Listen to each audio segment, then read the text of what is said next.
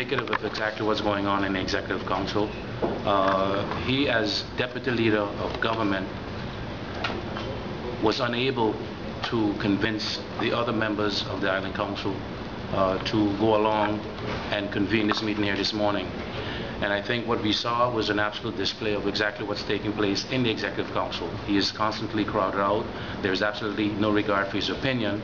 And I think it's a sad day for St. Martin when they would not allow this meeting to continue here today, because the consequences of what the actions were this morning will directly fall on the shoulders of the people of St. Martin.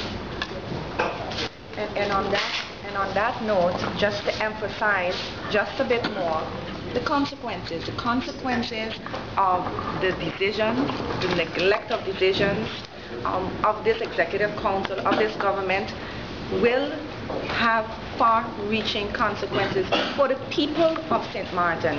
And we are looking at not only the SEC not having a budget, but spending money that was intended for one purpose and being used for another.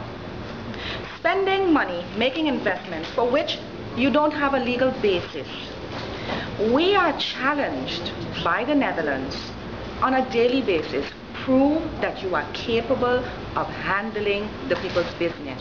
Prove that you have the capacity to take over the responsibilities that are expected to be taken over when we become country. I dare to say that this is an expose by this government of incapability, of irresponsibility. And the question is, how long can we accept that this will continue? How long can the people continue to deal with their business being dealt in this irresponsible manner? Because on one hand, one can say, well, you know, it sounds all nice and politically, but the fact of the matter is that every time we delay a decision, every time a requirement that we agree to isn't met, every time we neglect to take the right decision, every time the government neglects to give answers and take accountability for their actions and non-actions, it displays the level, the quality of governance that St. Martin is putting out there. It doesn't benefit anyone.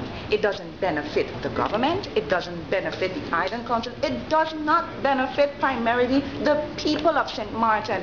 And this entire effort that we have been making as a people for constitutional reform, for improvement of the affairs of the people, for improvement of quality of life for the people, all of that is at jeopardy because we have an NA-led government that does not deem it necessary or important to come here, defend its policies, and take responsibilities for its actions and its non-action.